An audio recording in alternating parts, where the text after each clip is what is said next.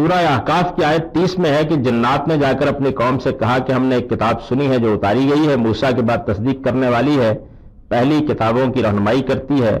حق کی طرف اور راہ راست کی طرف۔ کیا اس آیت سے یہ ظاہر نہیں ہوتا ہے قرآن پاک سے پہلے جنات میں تورات کی تعلیم عام تھی اور اس طرح انسانی رسول ہی جنات کے لیے رسول ہیں؟ اس آیت سے یہ سمجھنے کی بجائے جو صحیح آیت قرآن میں موجود ہے جس میں یہ بتایا گیا ہے کہ جنوں اور انسانوں دونوں کی طرف ان کے رسول بھیجے گئے، قرآن مجید نے یہ بات جو ہے یہ مختلف آیات سے استنباط پر نہیں چھوڑی بلکہ بڑی صراحت سے یہ بات کہہ دی ہے کہ یا معاشر الجن والانس الم یاتکم رسل منکم، کیا جنوں اور انسانوں کیا یہ واقعہ نہیں ہے کہ میرے پیغمبر تمہارے اندر سے تمہارے پاس آئے ہیں؟ اور یہ چیز ویسے بھی خدا کے بنائے ہوئے قانون کے خلاف ہے کہ ان کے لیے اور ہمارے لیے ایک دوسرے کے پیغمبر واجب الاطاعت ہوں۔ اللہ تعالیٰ نے اس پر بڑا کلام کیا قرآن مجید میں اور یہ کہا ہے کہ جب انسانوں کے درمیان میں اپنی پیغام بھیج رہا ہوں تو انسانوں ہی کو پیغمبر بنا کے بھیجوں گا۔ ظاہر ہے کہ یہ اگر کوئی عقلی بات ہے تو جنوں کے بارے میں بالکل درست ہے۔ جو بات اصل میں لوگوں کی سمجھ میں نہیں آتی وہ یہ ہے کہ جنات کے بارے میں قرآن میں یہ بتایا گیا ہے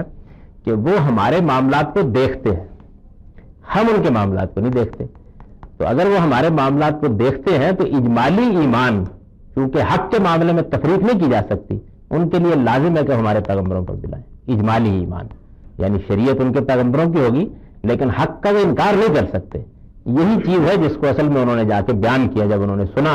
اور یہ بتایا کہ بھئی ایک حق جو ہمارے پاس حق آتا رہا ہے ایسا ہی حق انسانوں کے پاس بھی آیا ہے اور خدا کی دعوت نازل ہوئی ہے، اور اس سے پہلے تورات کی دعوت تھی، اب اس کے بعد قرآن کی دعوت ہے۔ اگر ہم ان کو دیکھتے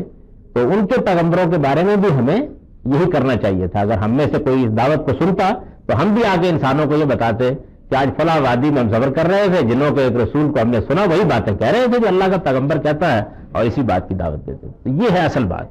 تو اس کو لوگ خلط ملط کر کے قرآن مجید کی اس سری نص سے انحراف کرتے ہیں۔ اس میں صاف کہہ دیا گیا ہے کہ جنوں کے لیے جنوں کے پیغمبر ہیں اور انسانوں کے لیے انسانوں کے پیغمبر ہیں۔